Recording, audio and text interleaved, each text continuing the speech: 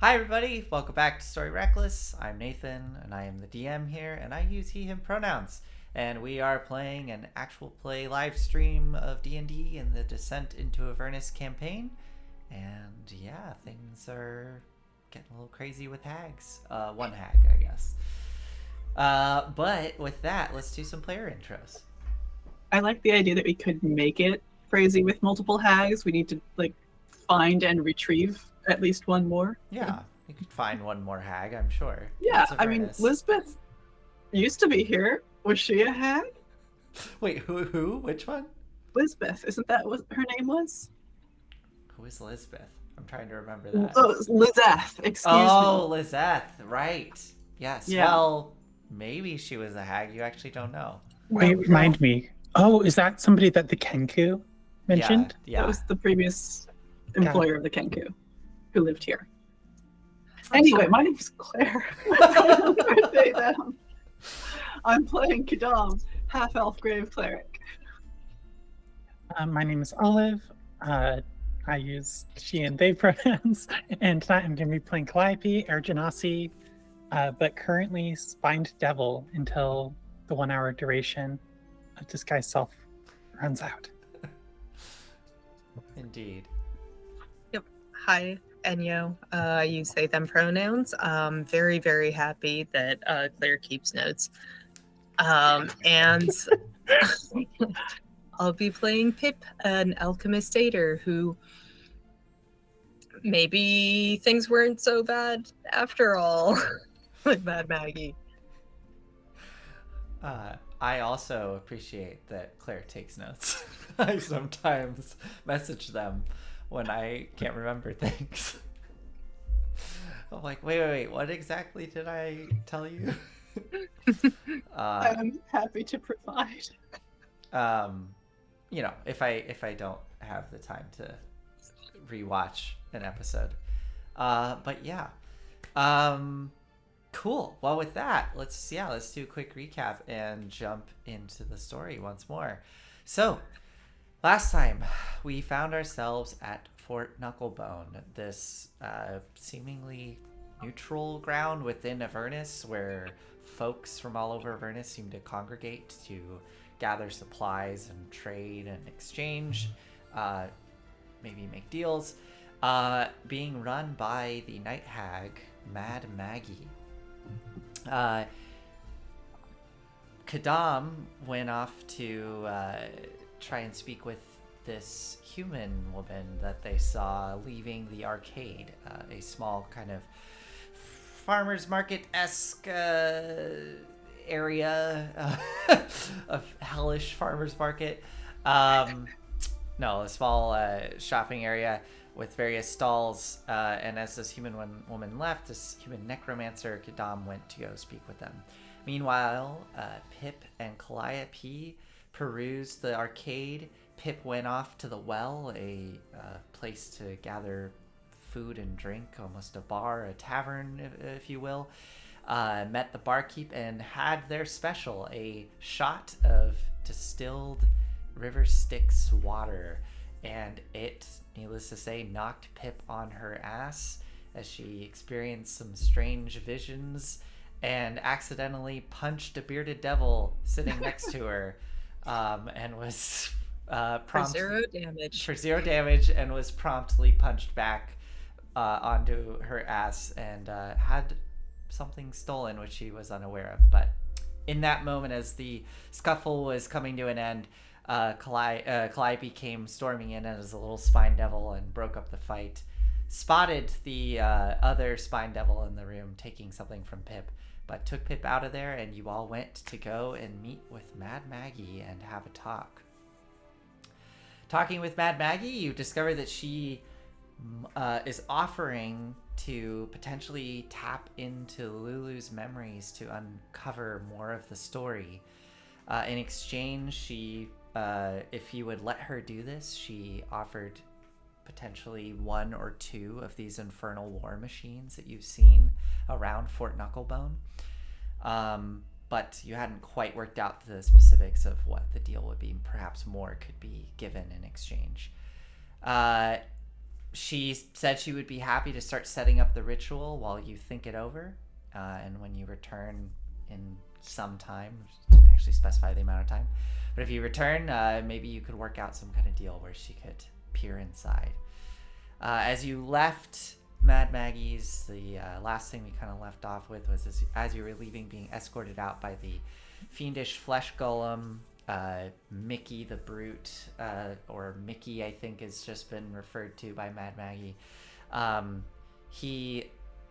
They led you out and was made fun of by the little red caps that are scurrying about Fort Knucklebone. And Mickey didn't seem to like that very much as they lumbered back in to meet up with Mad Maggie. The two of you, though, scurried off to go meet up with Kadam and see what Kadam and Valor, to see what they've worked out with this necromancer. But before we do that, let's do a little bit of backtracking as Kadam leaves the arcade and heads over to this necromancer. So, Kadam, as you walked up to this woman, kind of a willowy woman with short cropped hair, this strange umbrella made out of hands and skin shading her from the Avernus sky above, wearing a white dress with this kind of almost like leather-like armor harness thing across her chest. You introduced yourself, and she sneered at you and asked you, "You don't know who I am, do you?" Which I believe you responded with, "Nope, I don't. No, I'm Kadam." I don't even think I went as far as my name. Oh, yeah, you didn't? Okay. I think so. But with that, let's pick up there. So she is currently kind of looking down her nose at you, Kadam. What do you want to do? You seem to know your way around here, and I very clearly do not. I was wondering if I might sit down with you and maybe we could do a bit of an exchange of information. I also have some items that might be of interest to you. She kind of looks over her shoulder at her war machine with her satchel at her side and looks back. What kind of information? I am new to Avernus and would appreciate a lay of the land and a lay of the politics, which I do not necessarily believe to be as straightforward as they have been presented to me. Right, but what are you offering me? I'm a busy woman.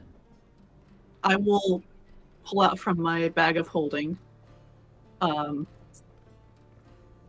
the single hit of acid that I bought off a box of screws Okay. a while ago, Mm-hmm. and a vial of holy water. Okay. Something for your own entertainment and perhaps a bit of protection. And I will show them to her. Will not hand them over. She leans down and you have them in your open palms. Mm-hmm. Yeah. She will start to reach towards. I'll pull them back a little bit. Well, how am I supposed to know what I'm dealing with here? You have two vials. I can maybe guess what they are, but would you like to explain? Do I have a vial of acid? Oh, Or do I have sorry. a single dose worth of like a little piece of paper or something? That is a good Because point. if I have a vial of acid, that was so worth 10 gold. Yeah. That would be absurd. No. Yeah. If you have one dose, then yeah, you have a little tab, or I don't know how it would be administered back in this, But yeah, you have this little. Yeah, it's probably like a little, piece of like rice paper or something that's been soaked in it. I don't know. Yeah. Acid and I will just lean a little closer. Holy water. I'm frankly a bit more interested in that one, as she gestures towards the acid. I have my means of gathering holy water. All right, I'll put the holy water away. Well, I'm a bit intrigued. Sure. I'll sit down with you for 10 minutes for that tab you have there. That seems reasonable. Perhaps a bit more comfortable? She gestures over towards the well where you can hear some of the music coming out of. Certainly.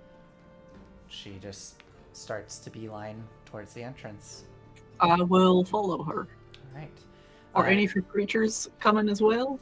No, they seem to. The four ghouls have been kind of watching this sort of closely, as they're just kind of almost like dogs with chew toys. They're just like got these bones that they're just kind of gnawing on, watching this whole exchange. All of the hands, though, start to scurry and follow behind her, and sort of almost like a swarm of insects kind of peel around you as well. So you're kind of being guided along by her and this little swarm of hands that are scuttling about. And she leads you inside the well. Stepping inside, there's as you step in, there's kind of this beat as all conversation sort of stops for a moment as everybody looks and sees her enter. She sort of scans, looks at the closest booth where there's some individuals sitting there, and just kind of looks at them, and they all kind of gather up their things and move over towards the bar, making the booth available. And then she goes and sits down as all the little hands sort of scurry up, some climbing up on her shoulders. And she just leans back, closing her umbrella up and setting it to the side, and looks over to the bartender and just does a single little wave. And then looks back to you. I will sit myself down across from her. So, you have 10 minutes. What do you want to know? Who wants Zoriel's power here? What's Zariel's power? I suppose, let me rephrase that. Who has a chance of achieving Zoriel's power here? Well, there's the obvious one, Belle, of course. It's been a rivalry that's been going on for quite some time, even though they have to work together. But it's a poorly kept secret that the two of them despise each other. Others that could potentially challenge Zariel. I mean, if Tiamat was able to somehow find a way out of her, she's being kept on a short leash. And beyond that, any beings of great power, I can't really think of any beyond those two that might be able to challenge her. Besides, of course, the demon lords that every once in a while breach through the defenses and make their way into this plane. I think, last I heard, the current front on the River Styx, there's some major front forming there. A major battle has been started. I've been hearing news, and there's been rumors that perhaps Inagu might be leading that line of attack. Now that's really interesting.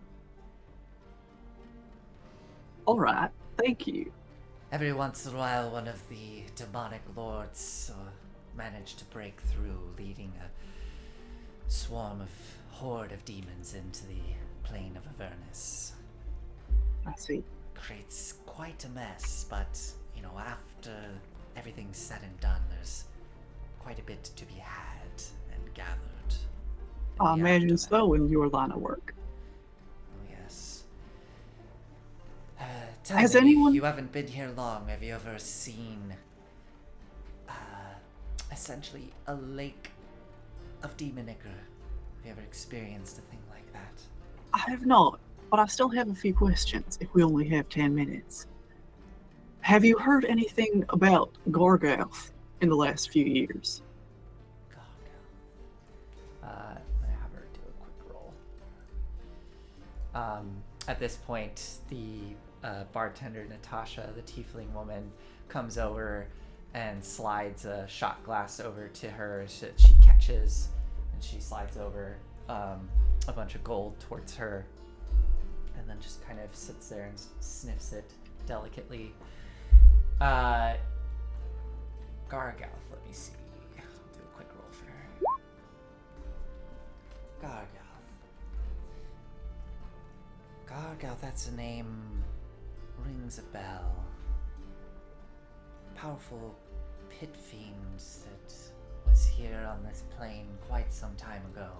Before Zariel's time, I believe. I'm not entirely certain what happened to that one. Sorry, can't be more use there. That's all right. Where might one find Bel, Tiamat, or emissaries that might get one an audience with them should one have the appropriate pull? Emissaries. Well, you could befriend, for Bel, you could befriend some of his high-ranking pit fiends. Good luck with that. Getting in to see Bel is quite a challenge. In terms of where you could find him, well, surely you've seen that lone peak spewing fire and smoke off in the distance, or at least, and she kind of looks out. It's there right now. You know, Avernus, the way things shift around. So I've heard. All right, that's where we might find Bel, Tiamat. Tiamat dwells deep within her lair. If you are to head towards its... Navigating Avernus is a tricky thing. If you have a guide, it's generally easier to find your way around. If you head out into the wastes on your own, never have been here before, good luck. But Tiamat dwells within a lair that's within some colossal skull of a great ancient dragon. I don't know the history behind it, but it is swarming with Abershai.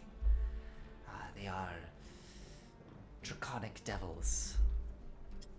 I have met one, yes. There's also, every once in a while, some ancient dragons that crawl out of those depths of her lair, so good luck with that as well. In terms of finding a way to get in without dying, well, you could try to seek out her champion. I believe he's somewhere on this plane. I've been hearing rumors that he's been here recently. His name is Archon the Cruel. Okay. All right.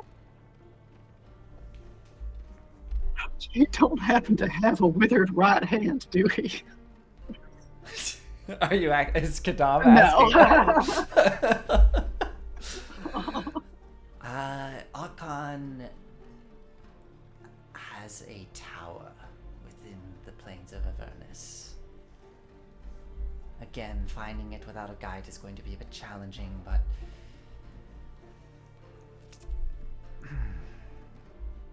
Does it tend to be near other landmarks?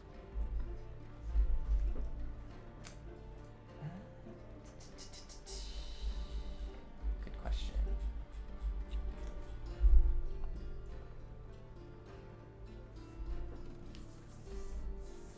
Yes. The general area of where Tiamat's lair is, the tower tends to be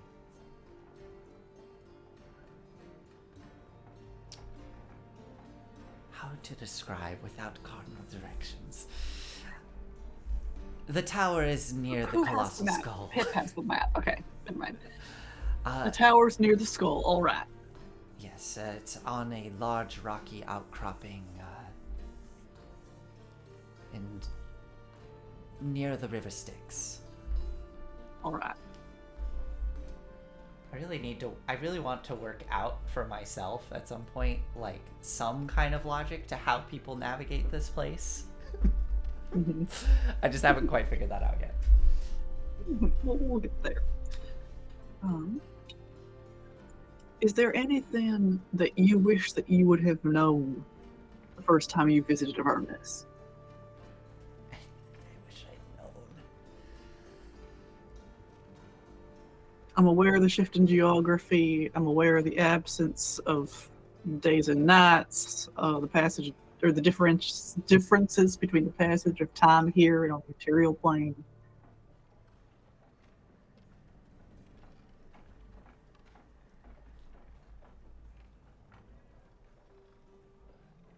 That's funny, no one has ever asked me that before. I've never considered it. I wish I had known how much of a prick Mahati can be sometimes. Oh, How about that? that is quite helpful. Oh, Thank really? you. So you know the name. I do. There you go. Have you met him? I have not, but I might. Good luck with that. If you hang around here for long enough, I'm sure his little menagerie will come blowing through. I see. You can also keep your eye out as you wander the wastes. Generally speaking, the dust clouds give away wandering bands of those with infernal war machines. That makes sense. Well, we're How- getting close to the end of our time. I would say one more question. One more question, yes. How far can one trust Mad Maggie? Mad Maggie. As long as your business is straightforward, you can rely on Mad Maggie. If you're making simple transactions, gathering supplies, using any of the services that you find here. But in my experience dealing with any sort of hag, you always have to be careful when you start getting into more personal things, or if they promise you anything. But I've never brought myself into that position with Mad Maggie. Our relationship is purely professional, and I essentially utilize all of these services that she provides. Nothing really beyond that. All right. Thank you very much. Oh, she's gone, ain't she? What was that? Thank you very much for your time. Right. Sure. And she holds her hand out, Yeah, I will give her the tab of acid. clutches it, looks at it, slips it into her bag. That'll be fun. Well, I believe this is the end. And she just stands up, all the hands scurry, and she walks out. I will sit there for a moment and think a bit. Okay.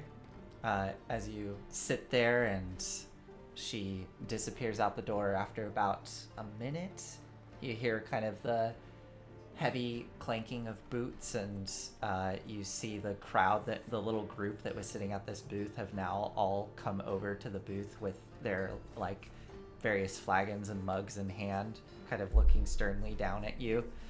various I will- fiendish entities. Vacate the table. As you go to slip out, you can see that the entities here are the werefolk that you saw earlier when you first entered. Oh, As you go to kind of slide out of the booth, one of the werebores puts a big meaty hand down on the side, stopping you from exiting, kind of looking down at you, smiles. The other ones sort of circle in and sort of close off the other ends of the booth and start to slip in and sort of slide around, kind of pushing up against you as they get in. And the one that's blocking your way, just looking down at you. Where are you going? I was going to leave your table to you. Oh, well, why do that? I'd love to have a conversation with you. You'd be talking with that one out there. Love to know what you was talking about with her. And this big werebore starts to scoot in and plop down, sandwiching you between another werebore and the two were-rats that are on the other side of the booth, just kind of looking at you as they take their drinks. All right, I will have a drink with them. I will do my normal, extremely purposeful, relaxed body, like neck and shoulders loose, stomach is like soft. The picture of relaxation. You can feel both the werebores kind of up against you a bit too close as you let yourself relax. Let that happen, and maybe even lean back into them a bit. Okay. We'll cuddle. Okay. As they kind of settle in, this big werebore getting comfortable, the kind of gut sort of hanging out and pushing against the table. It sort of moves a little as they scoot in, looking down at you, kind of towering above you a bit. You can feel the kind of hot breath hitting your face. So, tell me, what were you talking to Feanor about? Is that her name? Yeah. I don't recognize you, and these don't look like you've been around here for very long. No, I came in, hour and a half ago? I don't recognize you either. Well,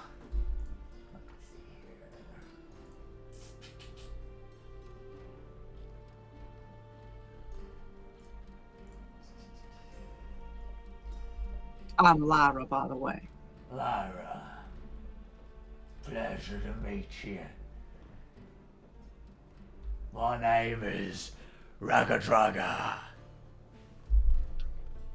Ragadraga? Ragadraga. Ragadraga. That one there's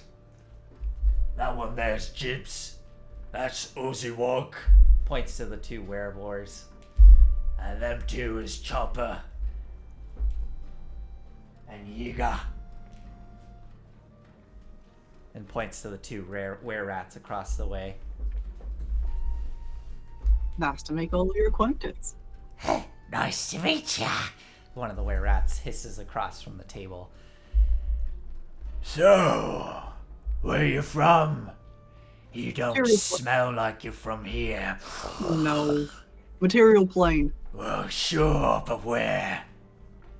Toral? Alright.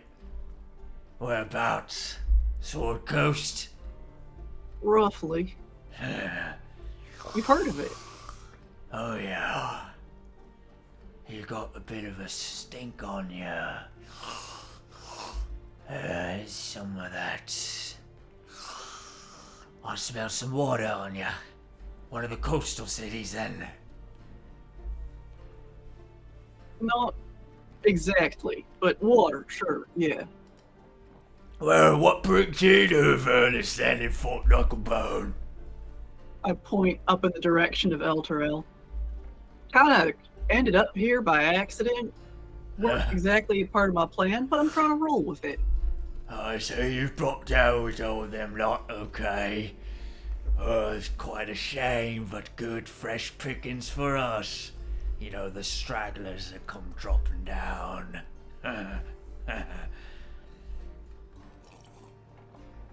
Where are you headed next? Not really sure. This seems like a good place to stop and get our bearings. So you're just gonna make yourself comfortable here, then? Perhaps I like to take advantage of whatever situation I'm in. So, I don't know. There might be some fortune to be made here. Oh, yeah. Definitely a fortune to be made here if you know what you're looking for and what to do. Who are your other friends? I got a handful. Yeah. At this point, you hear heavy clanking of armor, and you can see Valor stepping up. She was kind of waiting on the outside of the well, just keeping an eye on everything. She steps up, crossing her arms, looking down at all this. Do you need any help, Kidam? You want to get going? Perhaps meet up with our other friends? Well, perhaps if. I'll say she said Lyra and not Kidam. My bad. Okay. Perhaps I am having a conversation with my new acquaintances here. Do you care to join us? Sure, why not? She looks down at Ragadraga. Will you buy me a drink? Ragadraga looks up. What? Who thinks you earned it, huh? I just met you. You can get your own bloody drink. And Valor will sort of push and force her way in right next to Ragadraga. You, Kidam, We all feeling skate yourself down, getting so. scooted over. Ragadraga sort of looking incredulous at this tiefling woman trying to scoot in next to him. Can you roll an athletics check for me for her? Valor. Yeah. Oh dear. Well, I rolled a 2. Let's see what her modifier is. Oh no. Okay, no, you're not beating an 18. No, she does not have a plus 16. What is it here? Ragadraga does not Yeah, that's a really solid move. 10. Yeah. Does not really move, so she barely gets a little wedge of the side of the booth and just kind of sits there, but stubbornly stays there, kind of almost in a squat, having to support like her right side with her leg. Oh gosh, is it worth it? Is it worth it? How many spell slots do I have?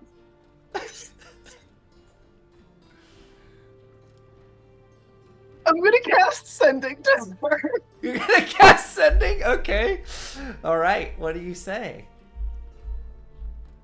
If you're comfortable, sit in his lap.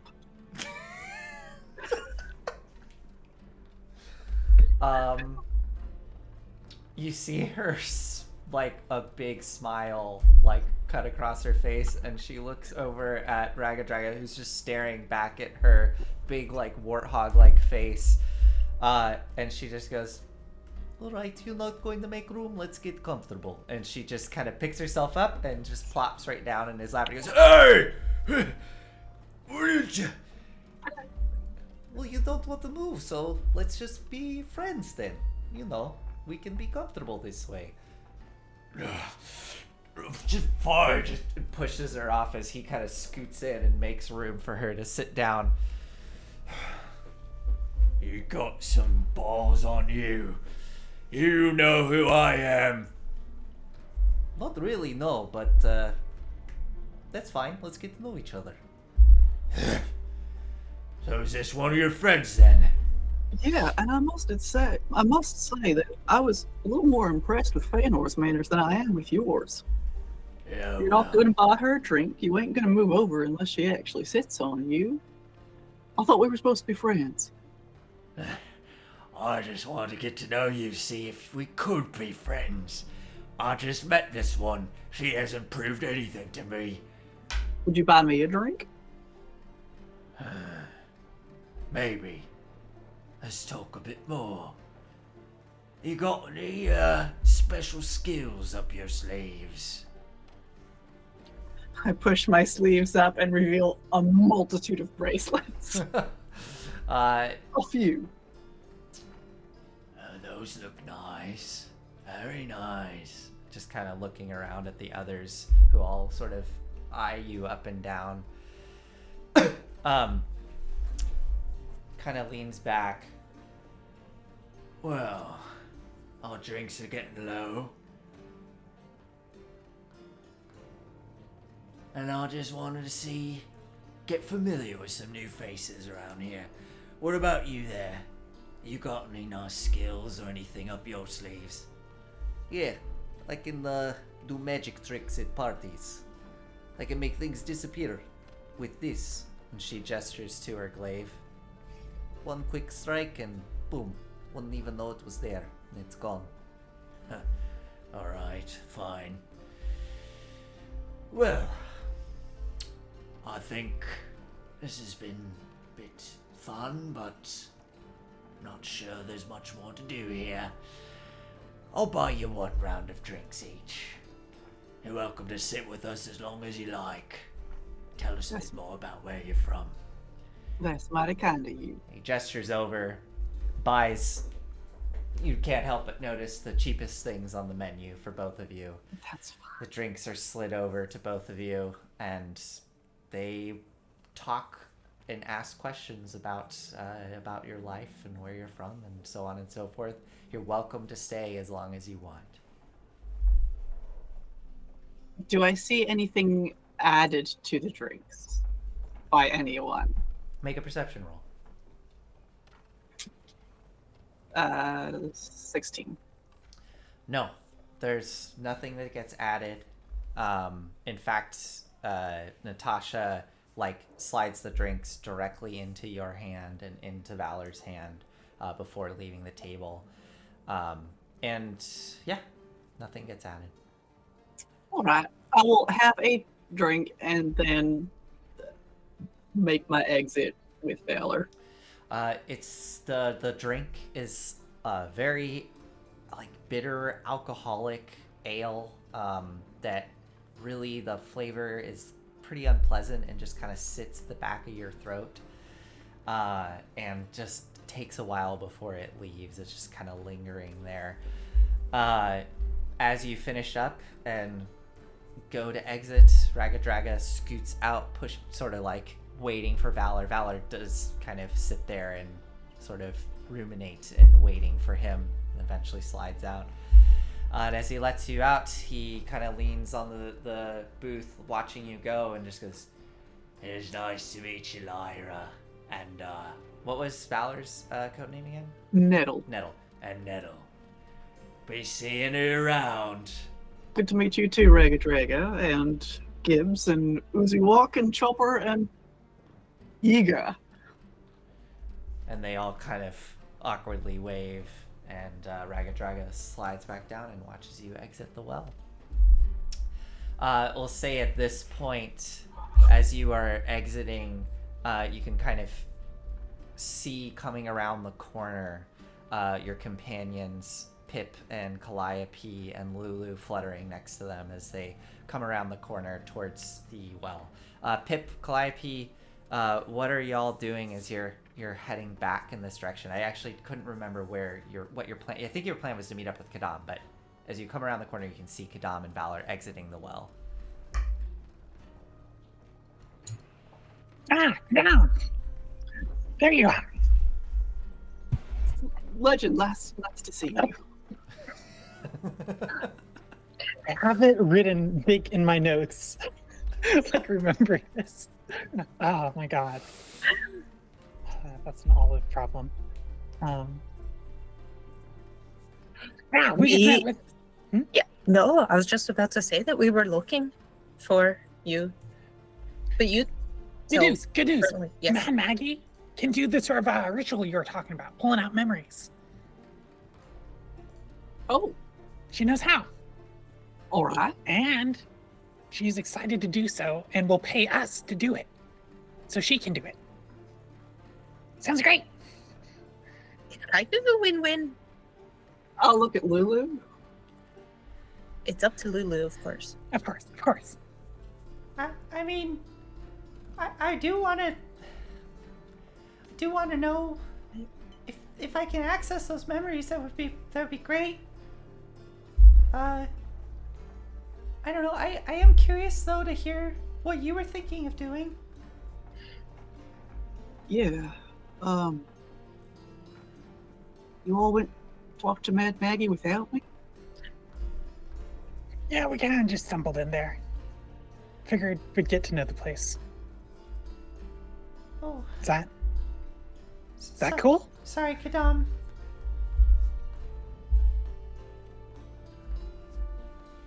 Yeah, that's all right, I guess. Sounds like it went all right. It Yeah. went surprisingly well. Pretty smoothly, actually. All right. She was like a little bit like, I don't know, I got some weird vibes between her and Pip. There was like some kind of like weird power play happening. Well, What? yeah. No, there wasn't. What are you talking? Wait, was there a weird power play? Was that happening? Maybe though. That's something I wish that we'd had you there for, Lyra. I mean, it's written all over both of them. I could have told you that just from watching. Excuse me. Verity. What was that? Verity. Verity, that's right. His friend's name is Verity. Yeah, pardon me, Verity, but I could have told you that just looking at the two of you greet each other again. Well, being observant and good with people is your entire thing. And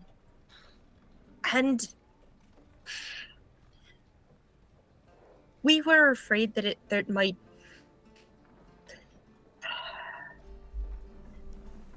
We didn't really want to have to think about the ethics while looking at her potential offer, but it ended up not actually mattering. That's the point, is that it didn't matter. It was a win-win for both of us. So we didn't actually do anything like ethical, morally gray. Insight check. Sure. Pip, if you don't mind, either rolling persuasion or deception. Don't say which one you pick. Oh, nice. It's gonna be about the tea. 25 insight. Oh my god. The tea. And by the way, when you are rolling persuasion or deception, like do the one that makes sense, right? Like, are you trying to actually deceive Gadam, or are you trying to just persuade them? Oh shoot. Hello. It is taking forever. Oh no! I'm just going to roll it on which dice? Sorry. Okay.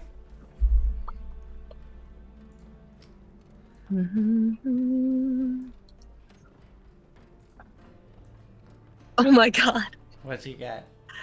A 7. A 7. Okay. Well, are you trying to deceive Kadam in this moment, or are you trying to genuinely persuade them? I think Pip is trying to persuade them and also herself. Okay, then that's. I think you pick up on that, Kadam. All right. The tea was made of broth, I suppose. It was good. It was good. It was a really good tea. It was a really good tea. And like, is it okay to actually like things if they're made with probably the remains of sentient creatures? Is that okay? That's fine, right? We do that all the time. It's probably just those chickens. Yeah. Do those chickens have souls, you think? I don't know what chickens you're talking about. Oh, you should actually go to Mad Maggie's and you should see the chickens, because I actually would very, very much like to hear your take on that as well. All right. I think you should talk to her. If only because we already did too. What about? Well, we'll have the chance to actually all go there together, potentially. So that you can see whether Mad Maggie very, very clearly wants to get these memories from Lulu, but I'm not sure how much she actually cares about Lulu's well-being, just in case anything can happen with that extraction process. I mean, Maggie's interested in suffering, right? In misery. She said so herself. I imagine that she thinks that Lulu, your memories would be full of that. Yeah. The only thing I've been thinking about, though, is... I mean, if she is willing to give us one of those constructs, those machines, might be worth it. If we're gonna be going back out there. I mean, after what happened when we were trying to come here, I don't know how we would get one otherwise. I mean, I guess... I have some ideas. Yeah, well, you know, I mean, without... Yes, sure. But... Maggie was also very forthcoming about kind of the situation here. I took some notes. And I think we'll like hold up like, or like hand over like a piece of parchment that just like has like a checklist being like sunder chains, get city back, avoid/break contract. Oh, this is very helpful. Do you mind if I copy these down? Oh yeah, sure. How about we go? There's a place to set up tents. Why don't we set up some tents and have this conversation in a more private setting? That sounds great. Okay, so you all head over to the hostel? Yeah. Are Okay. the imps still there? The Hercules imps? The Hercules imps. Right, the Hercules imps. Make a perception roll. I want to look for them too. Why would I make a perception roll? The no. Hercules imps. Huh. That's a 7. 7, okay. What about you, Pip? Also, Pip, I don't think you're in the story reckless room. Yeah, so you I'm- can use dice. It's true. I have been trying to get into the Descent into Avernus thing on Roll20, and it hasn't been working. I'm sorry. That's okay. Okay, what's the story reckless room? Here, I'll send you a on link. which dice? Thank you. Cool. For now, I'm just going to do Yeah, go ahead and you can just roll. Mhm. The Hercules imps. God, it's so funny too, because that was like It's an 11. not my intent, and that just yeah. Yeah, Pip, you actually do spot them, and they're still like like as you're walking towards the hostel, they seem to be kind of like hopping from perch to perch, just keeping an eye on your group. They're not particularly trying to hide, and when you do look back, you see them kind of doing that thing again where they sort of like look between each other and continue to sort of whisper between the two of them as they keep an eye on you as you make your way towards the hostel.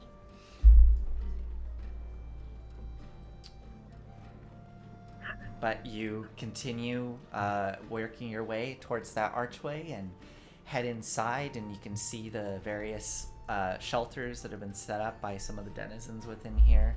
And there are some areas, some empty spaces where it looks like you could probably set up camp if you would like to.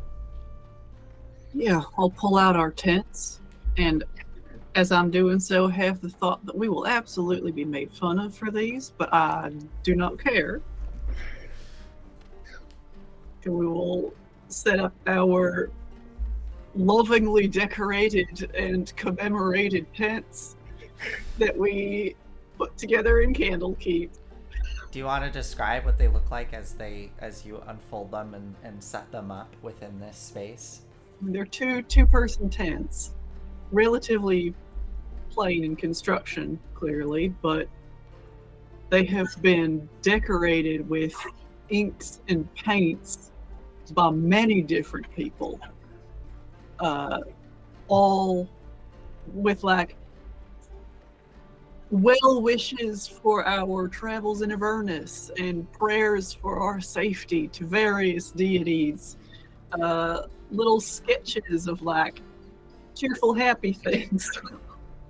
flowers and sunshine and happy faces and rabbits and I all that sort I of kind thing. of almost imagine these tents as they get popped up as they almost look like a tag wall, like a graffiti tag wall. Like they're just like super vibrant and covered in all sorts of tags and random designs and yeah, well wishes.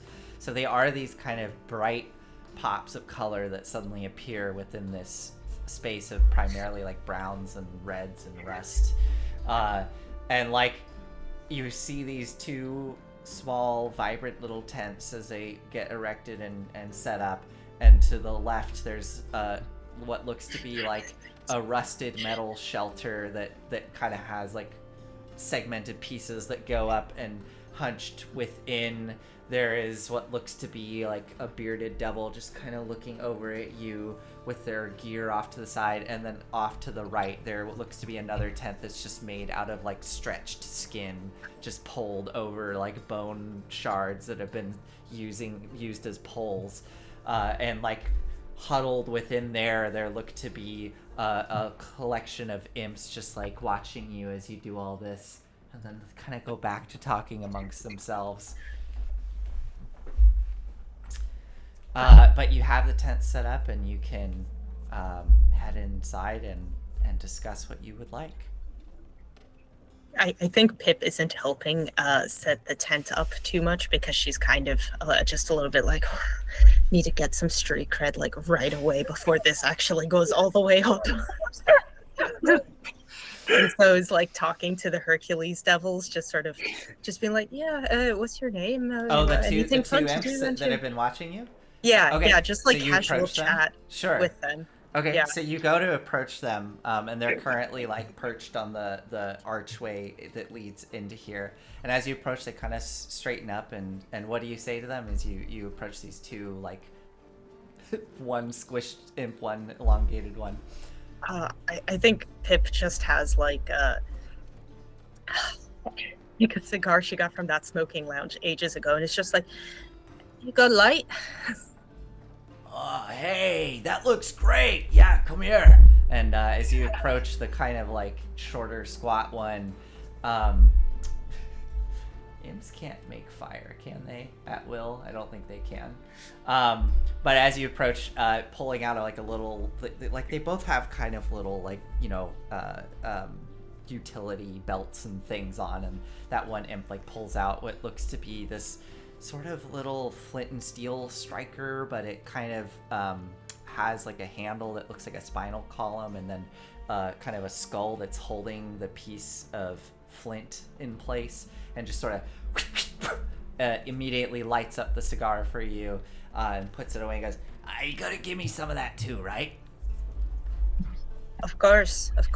You can have the inaugural puff. and grabs it. It's a little big for this imp, and just takes like a huge puff. It kind of, and then That's a good one there. You want some too? and passes it over to the other one. It's like, Yeah, right, totally, yeah. Oh, yeah, there's some good stuff, man. There's some good stuff. Material plane. Yeah, no, we love it when those things come through here. It's great.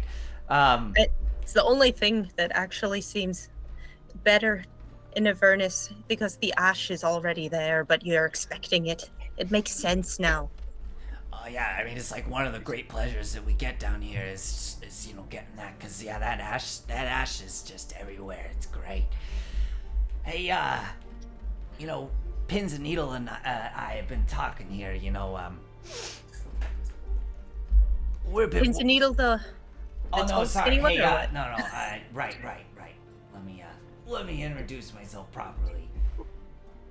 I gotta remember which one's which.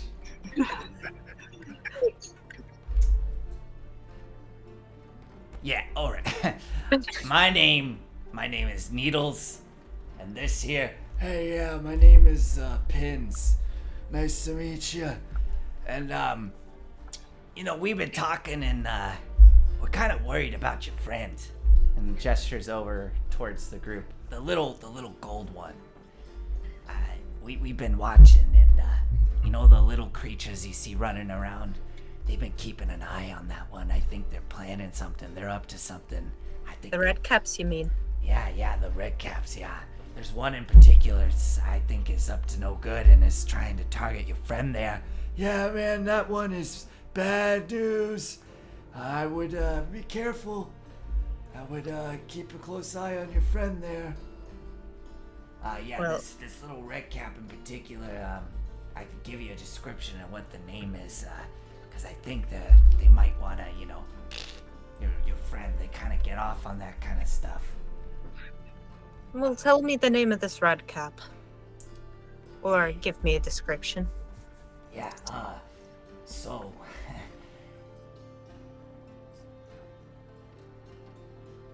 Sorry, I misspoke. Not a red cap. You know the ones, you've probably seen them. They look a little different. They're like red caps, but they have the kind of the black growth, and some of them have little tentacles and stuff, right? Yeah, them's called madcaps. And these little red caps, these guys, I don't know why, but they like to bathe themselves in demon ichor, and then that's their new thing, and these guys are real bad news. But there's one of them goes by the name of Wazik, and Wazik is definitely planning to kill Lulu. I'm telling you, you better keep an eye on that one. Yeah, if you really wanna, I'd recommend maybe offing him first, right? Before he gets to Lulu first, right? I would just, we could show you where he lives, Wow. Yeah, you're being so incredibly helpful. This is great. Can I do an insight check? Yeah, totally. I mean, like, do I... Yeah, do go ahead. these Make an guys have, insight like, check. very obvious beef or what? Go ahead and make an insight check.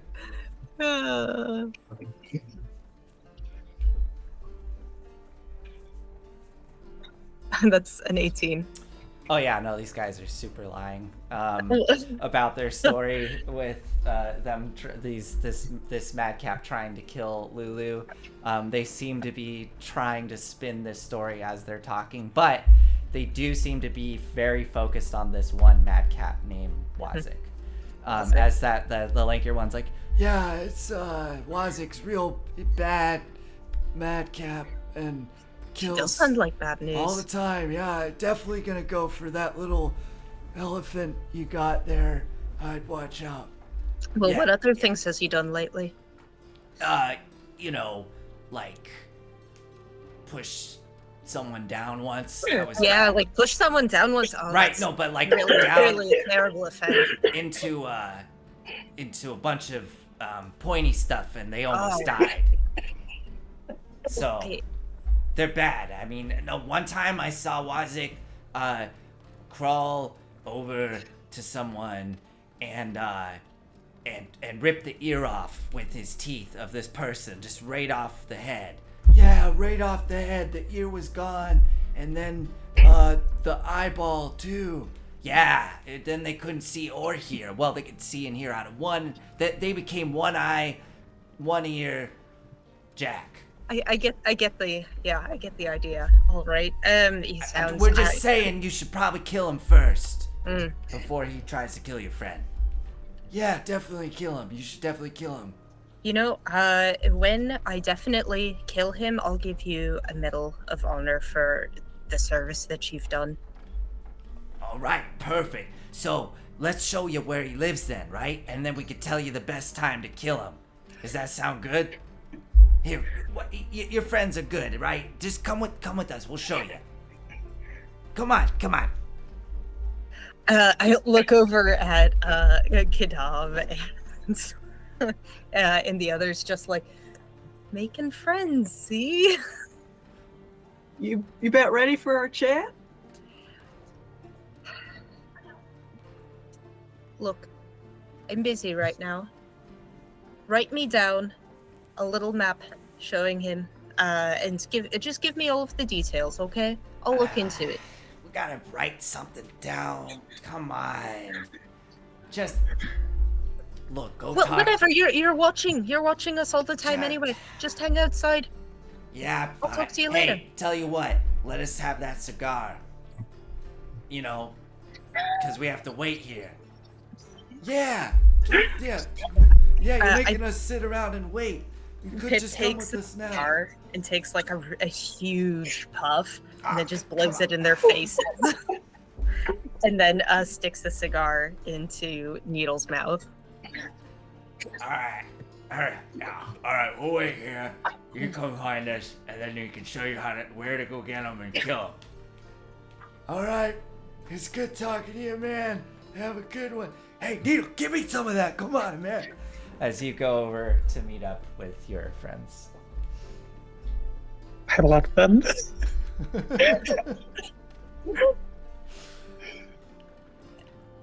I think while setting up the tent, Calliope at least has started like verbally processing the meeting with Kidan. And it's like as way of like going over the notes.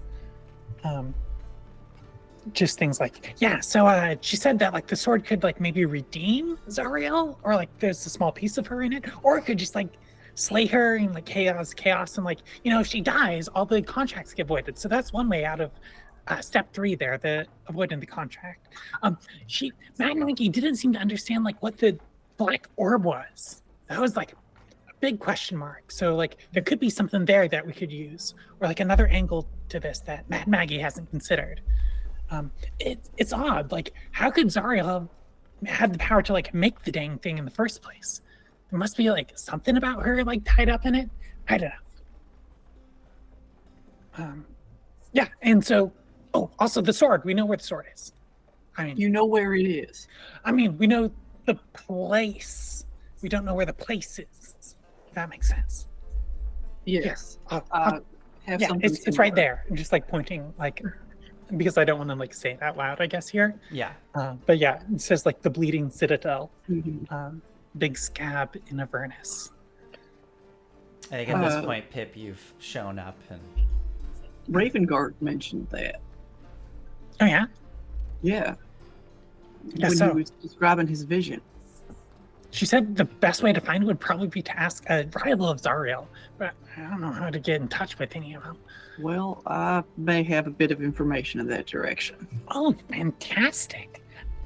Splitting up works great. I will usher us all inside. I don't have anything useful. Crowded little tent. yeah, as you all Welcome to the huddle- war room. I imagine you. I don't know if you ever did this as a kid, but you take the 2 tents and put them together to make a big tent. So Yeah. they're both kind of like hooked together, and you can now have like a big long tent as you all huddle inside there. I like that. I would like to make a perception check, I guess, to see who was listening in before I like fully duck inside. Sure. I don't have any useful magic for that right now. Go so ahead and make a perception roll. I'm gonna guide myself. Oh dear. 12. As you get ready to slip inside your tents, you don't see anybody close enough to probably hear you if you're speaking in hushed tones. People are definitely very interested and all kind of looking over here at these like vibrant tents that have been set up, especially like the new folks coming in that all look a little it's weird to say, but look a little out of place here in Avernus. And you hear the kind of like sound of sort of laughter and arguing of the 2 imps across the way who are currently kind of fighting and teasing each other over the massive cigar that they are both trying to smoke. But there's nobody clearly trying to listen in. Everybody's just kind of like keeping an eye and side-eyeing you. I will tinker. I would like to use magical tinkering to Yeah. make a little white noise machine. Okay, cool. Yeah. Um, Little like sound just being generated. Yeah, it just emits a recorded message or sound that can be heard up to 10 feet away. Cool. Yeah, wind waves chirping or the like. Okay. And so yeah, just to like help mask what we're doing. And I'm like, what should it be? I think it's just like waves Okay. is the first thing that Calliope can think of here. Could it be a river? Oh yeah, sure. All right. Wait, what? Up, like just like waterfall sort of thing? Or, like, Rapids. rapids. Okay, yeah, sure. Thank you. As the little device is completed, the sound of rapids fills the tent as you huddle inside.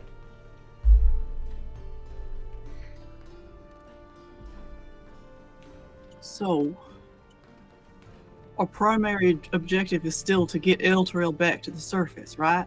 Of course, yes, All right. always.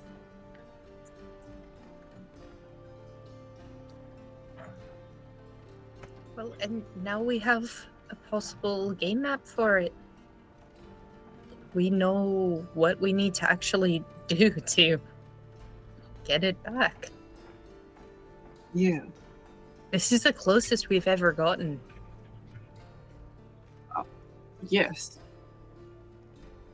And we need the sword for 2 reasons. One, it's probably a magical artifact strong enough to cut the chains itself, which would, step 1 of this process. And then, step 2 is could mess with Zariel in her contract, maybe either by redeeming her or killing her. Both seem real chancy. Yeah, And then third option is to void or I suppose renegotiate the contract. which again we need a copy of the contract for, which we We have, have. don't we? We have Wait. The Creed Resolute. Did we? I We don't- seem to. yeah, we don't have the Creed Resolute, but we have The copy of the contract, yeah. the why can I Puzzle not box. remember his name? The puzzle box? Yeah, Oh, Thavius Krieg, yeah. Thavius Creed, thank you. Thavius's puzzle box. Oh, and just remind me, that was a copy of the full contract that has pulled everybody down, Yeah. and we didn't find a loophole or anything in that. Or is it partial or the full thing? I believe it's a partial contract. Because it seemed very brief It for a is. devil's contract. It is very brief, yes. Yeah, I think, There were single subclause. yeah. I can think of, yeah. Anyways, you have that, yes. You have the copy of that.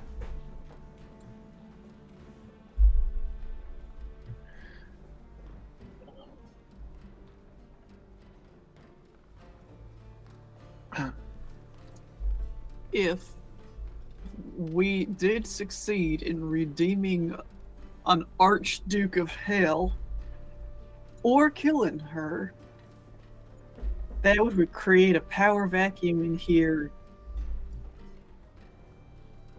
Oh.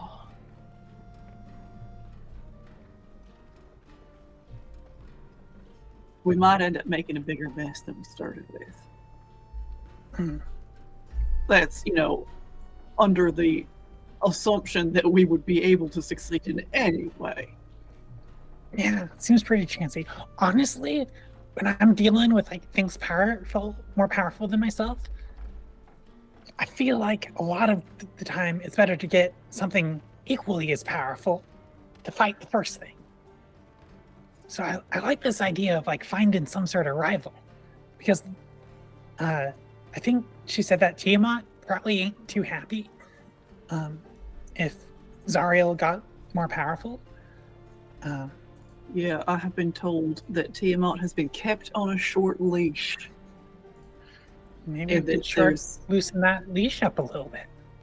yeah, and that her champion is here, and we might be able to talk to him here on Avernus. That sounds Well, great. then let's do that. Didn't we run into Tiamat cultists? Yeah, we have something. Weirdly, we did. So this sounds like the obvious route for us to actually take here. I like the, if you have a rat problem, you get a bunch of snakes. Or one big snake. Sounds great. You can solve lots of problems by adding snakes. The other option that I was offered was talking to Belle, who is a rival at Tiamat's. Or, no, excuse me, is a rival of Zoriel's. Who's evidently in the volcano nearby. So relatively close. That sounds harder, though, than talking to a champion. Archon the Cruel. Right, I forgot what his name was, my god. It Wait, could you just know be him? really clever marketing. Do you know Archon? I don't think Do- you've do- heard do of- I? No, I don't think you've heard of Archon. Oh, okay. Yeah. I mean, unless something came up. I don't remember that coming up before. Yeah. Okay. I guess you could make... You could make a history roll. You could make Yeah, a why the history hell roll. not? Go for it. We'll see. Maybe it came up at one point. I don't think it came up. 16. 16. Yeah, I don't think you've heard of Archon. That is No. that Okay. is a Well, Archon the Cruel sounds like just branding. I don't believe it. So, and we want to talk to this Archon or like Tiamat probably for two reasons. Then, one, we probably know where the Bleeding Citadel is, at least according to Mad Maggie, and two, our interests align in cutting Zariel down to size a little bit. Is that right? Yeah. I just don't understand why the champion wouldn't actually do it themselves. I believe him. Yeah, if they know where the Citadel is, why aren't Why they would- going there? Well, he might not. Tiamat might. Mm. We would talk to him in order to get an audience with Tiamat. Okay, that is actually a lot scarier than just talking to a dude, even with a name like that. I guess I knew it was inevitable. We'd have to talk to the head honcho eventually. Oh, I mean, so we have to actually decide then if we want to talk to Tiamat or if we want to talk to Belle. I am leaning towards Tiamat just because we have a little bit more information and a little bit more leverage. Me too. I mean, what is Belle? Some sort of pit fiend? It's not like we have any pit fiends around us. Yeah, we have absolutely no way to go forward there. I don't think Pip is lying. I think she's genuinely forgotten that Gargoth is in her boots. He can't do anything. He's in your boots. He can't talk to you. He can't respond. He can't hear any of this.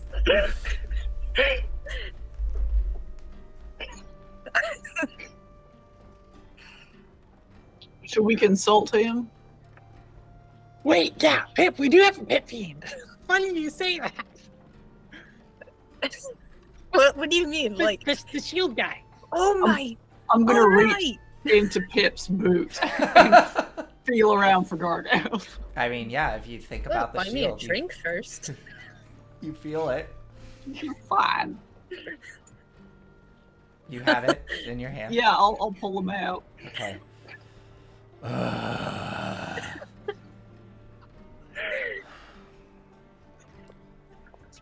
So, what do you know about Belle?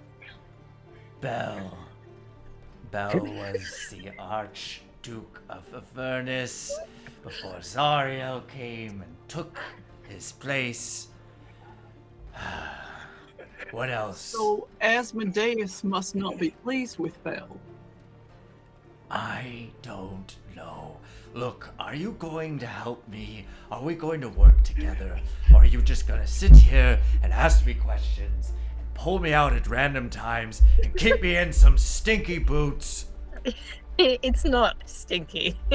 I've specifically added things to make it not stinky. It's not my fault that you don't actually like the smells in there. It's just bad taste on your part. It was a figure of speech. I can't smell shit inside this shield. Um, I bet we could fix that. Looks you did lie to us about how you would be free once we reached Avernus. I thought that's what would happen. I miscalculated. I see. Were you once a ruler of Avernus, or are you just a pit fiend?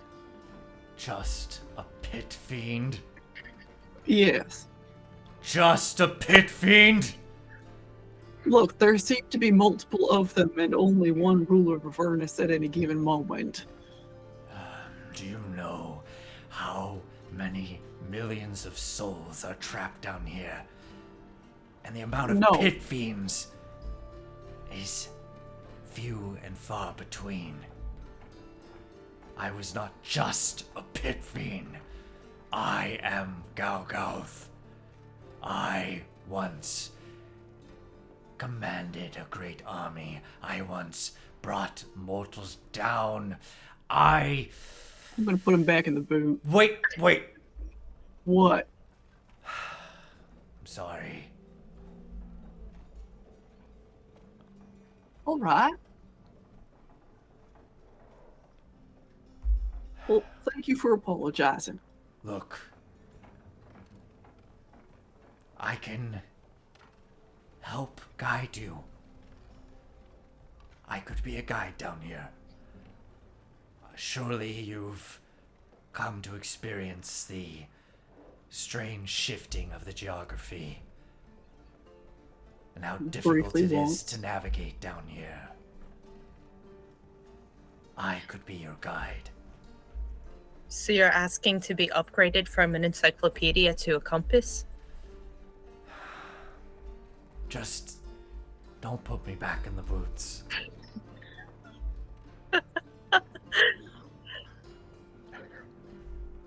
It's actually kind of so pathetic that I want to comply.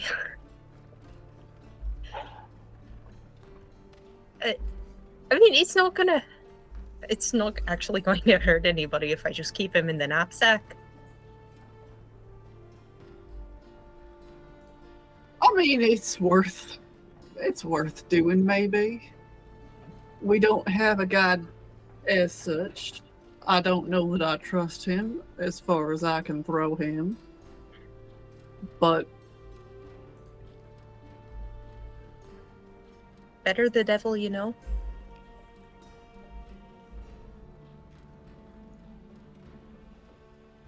better a devil who is not particularly powerful.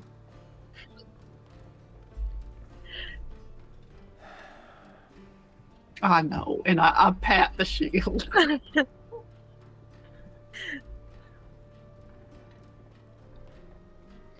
So, I guess our next move is to head towards Tiamat's. We're thinking of heading to Tiamat, Gargouth. Or, Why would you well- do that? Because we want to talk to Archon the Cruel. Why not go to Bell? Because we don't have nearly as much leverage with him. There might be some here on this plane. that could Probably, but we give don't you have that it in our leverage. Look, I would like to get back to the material plane at some point during, people I know's lifetimes. I know of someone who has come to this plane many times. Has a permanent fixture here that they visit on occasion. They might be able to be that leverage to see Bell. It's a powerful mage. Very, very powerful. Goes by the name of Mordenkainen. Oh, I could show you, I could guide you to where his tower tends to appear. I'll be honest, it's not a guarantee that it'll be there, but it's something. can I make a history check?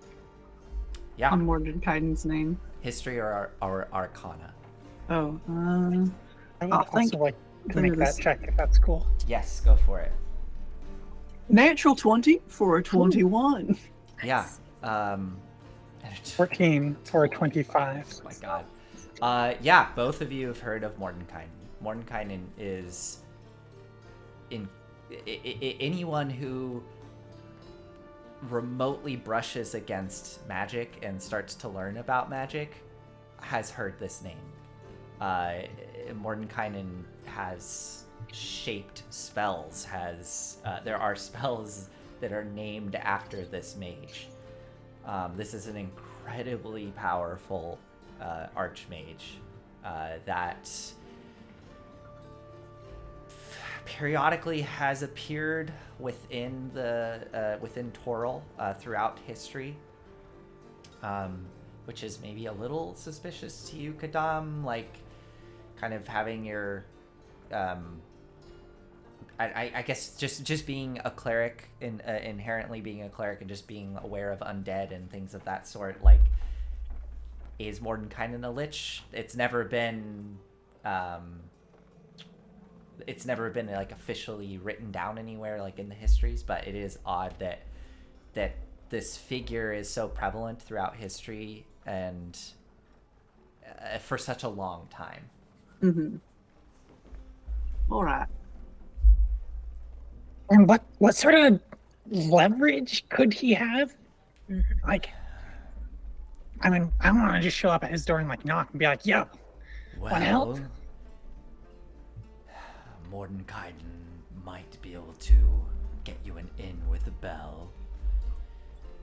If you were to say, give Mordenkainen a powerful artifact with, I don't know, just a pit fiend inside of it.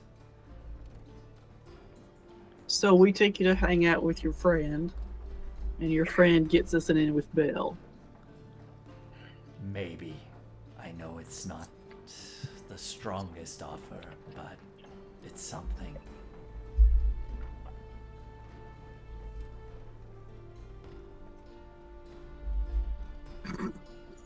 Yeah, we can take Gorgath for a play date. I'm inclined to go for Tiamat. I feel like I trust, this is real weird to say, I trust dragons' greed more than I do a Pit Fiend's maybe benevolence. Huh? Pit Fiend's benevolence. Yeah, like a maybe from a pit fiend who hasn't been able to follow through on any of his promises yet.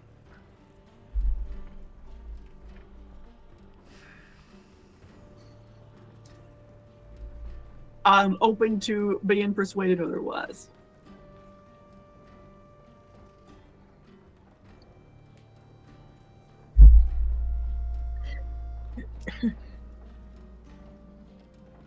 Resounding silence, I see. We'll keep you in the knapsack for now, and you'll have a time to prove yourself, maybe. I would say, if you go for Tiamat, there is a greater chance of you being used and then disposed of when it's all said and done. Mordenkainen is going to be much more reasonable and much more professional.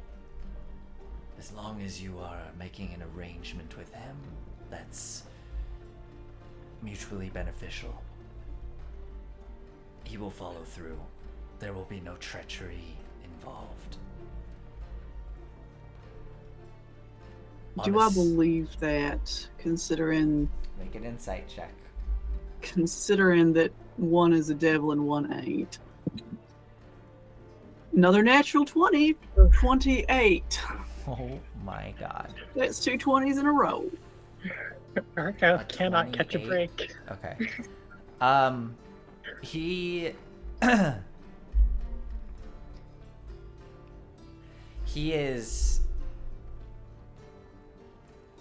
he doesn't seem to be man, how do you read a voice? God, I'm almost inclined to give you a disadvantage on this. I'm not going to, but through the voice, he what he is telling you, he seems to believe about how Mordenkainen will act.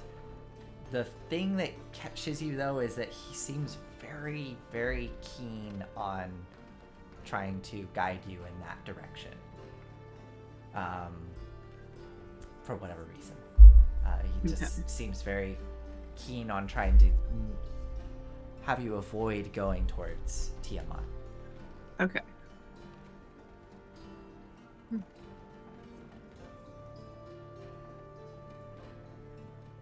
I'll keep that to myself. Okay. This is so roundabout. We need to make a deal to get to an envoy, to talk to a leader of hell, to tell us where this bleeding citadel is, to get to the sword of Zariel, to maybe then use that to free Elturel. There's just a lot of steps here. I know it's a big job. Yeah. I might be able to lessen the steps, lessen the amount. Yeah. That being said, I think we should pursue one of these two avenues pretty much immediately, just because I don't know how much Sehanine knows. I can ask, certainly. She is a god of knowledge, but that don't mean she knows everything. I mean, I guess we could get more information, maybe from Lulu first. Yeah. We should make a decision until we get as much information as possible. Then we will never make a decision. Okay, but How about we, split the difference and we just get as much information from Lulu that Mad Maggie can get from us for now, and then make a decision after that, and after talking to your god. Yeah. if you're cool with that, Lulu. Oh, I'm sorry, I was distracted. What? Cool. Okay, with which part? Going through with this Mad Maggie situation. I don't want to pressure you into it. You can say no. I know.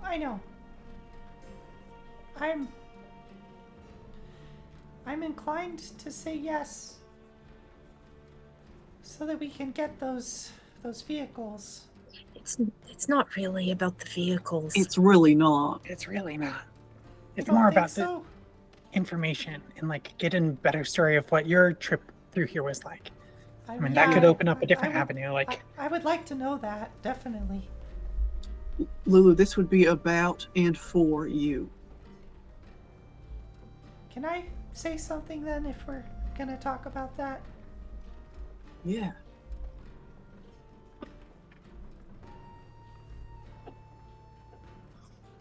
I do know that Zariel, she was my friend at one point. I can feel that, and I have very, very fragmented memories of that.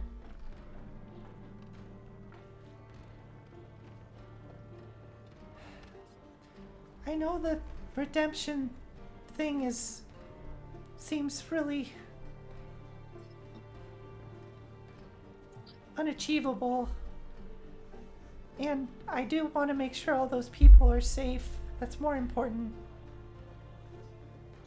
But there's a small part of me that just really was hoping that maybe we would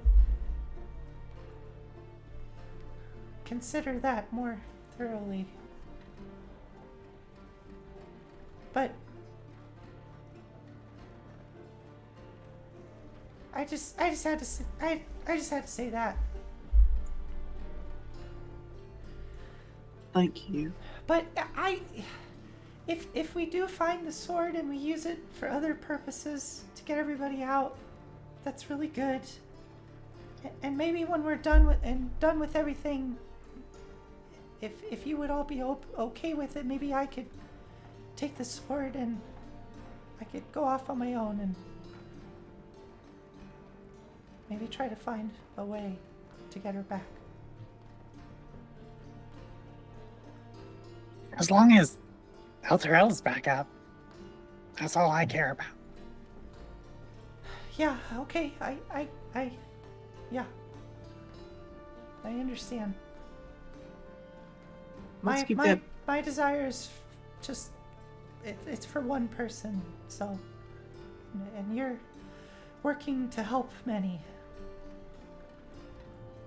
I think we can keep that possibility open, Lulu. Okay, I just wanted to say it out loud. Thank you. Yeah, thank you for saying that, Lulu. But for now, let's focus on getting the sword and Yeah. worry about what comes after. Well, in that case, I think, yeah, let's do it. I'll do Mad Maggie's ritual and see what comes out of here. All right. I would like to know.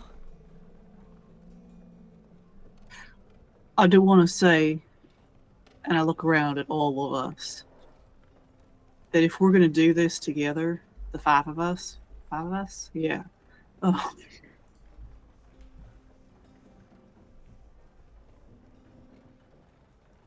I imagine that we're going to be going through hell, both individually and as a group. Hey. It tipped my If hat. there is something that we want or need from one another, it would be good for all of us to start practicing asking for that now. I feel like that's real pointed. Are you referring to something?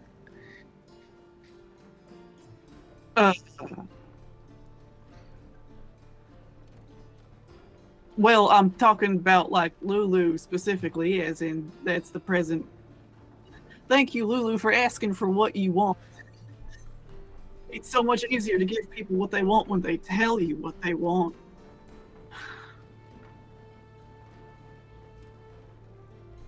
But that goes for all of us moving forward.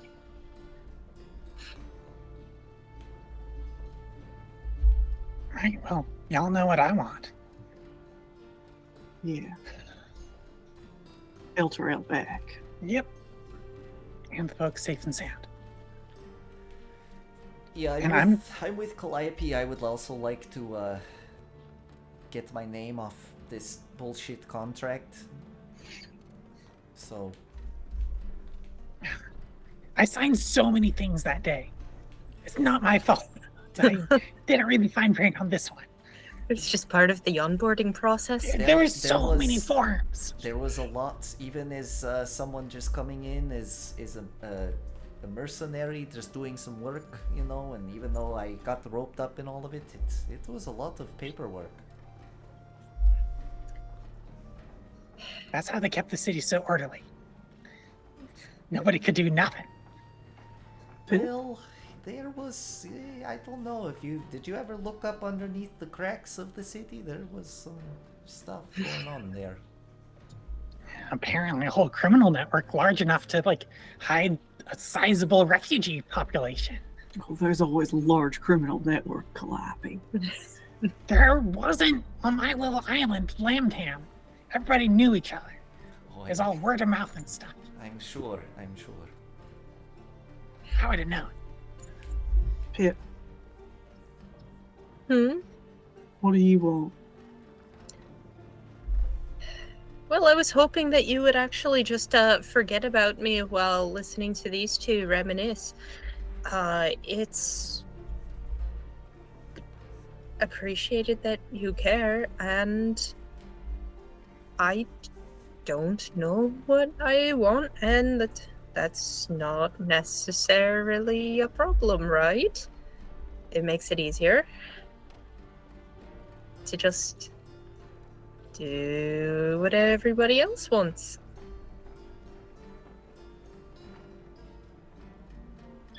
I agree with the latter half of your statement.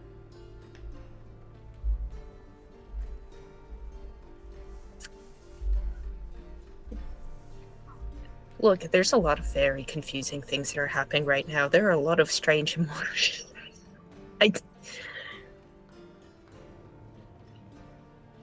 I think you should talk to Mad Maggie. And I would like to actually. I would like your perspective on this. Because I don't know what I want. Yeah, maybe that's too big a question. Like, sometimes when I took like on thesis students, they'd come up and I'd be like, "What do you want to like study?" And they're, "I want to study everything," or "I don't know what I want to study." And it was always better to, break things down into smaller specifics. Is there something that you want with regard to Mad Maggie? You've talked about breaking the contract to her, I think, in passing before, or like getting out of it. And here we are making another one. Look, how about we poke into Lulu's mind first, and then you can like pick apart. We can do group therapy after that.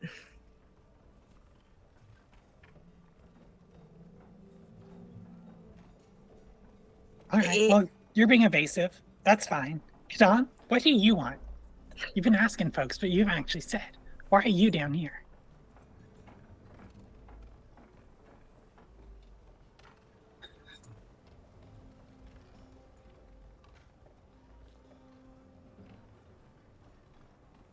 I'm down here because I was told I was supposed to be down here. I don't know anything more than that.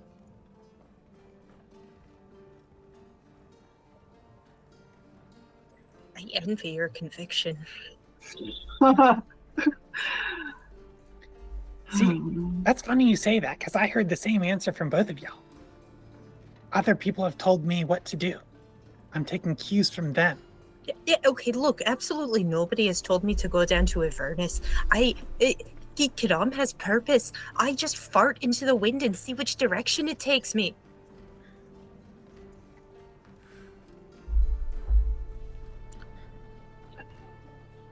I want to go home.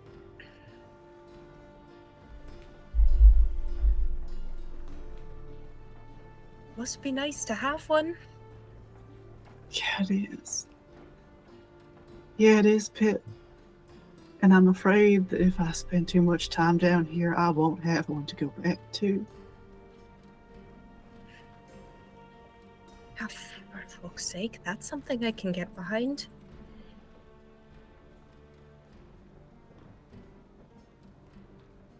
I don't know what I'm supposed to do down here. I'm taking a lot on faith. But ultimately, I'm afraid that I am Baldurian more than I am a cleric. And I belong at home.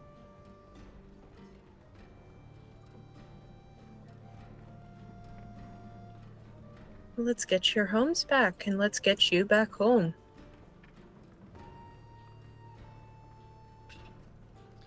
I think on that we will close out tonight's episode as you all huddle here in the tent with the sound of a river rapids rushing by. And we will see you all next week as we continue this story and see where we end up. Sounds like we're going to be dealing with Mad Maggie next week, potentially. All right. Well, thank you all for joining us this evening, and we will see you next week. Oh, I'm actually, so grateful to be playing with the three of you. That was great. Real quick bit of housekeeping, because I realize we are actually getting to that time of year where we're really not that far off. In 2 weeks, it's Thanksgiving. Oh my god. In 2 weeks, it's Thanksgiving. So, well, it's not quite Thanksgiving, but I'm going to be out of town, so we're definitely we're taking a break on the 22nd. And then I may as well just throw it out there. We'll be taking a break, towards Christmas time. I believe it's the 27th. I think we're skipping the 27th. Yeah, the 27th. But yeah, we will see you next week. and we'll go on a short break for Thanksgiving, and hopefully all y'all have a great holiday, and then we'll be right back. But have a lovely night, and goodbye. Good night. Bye.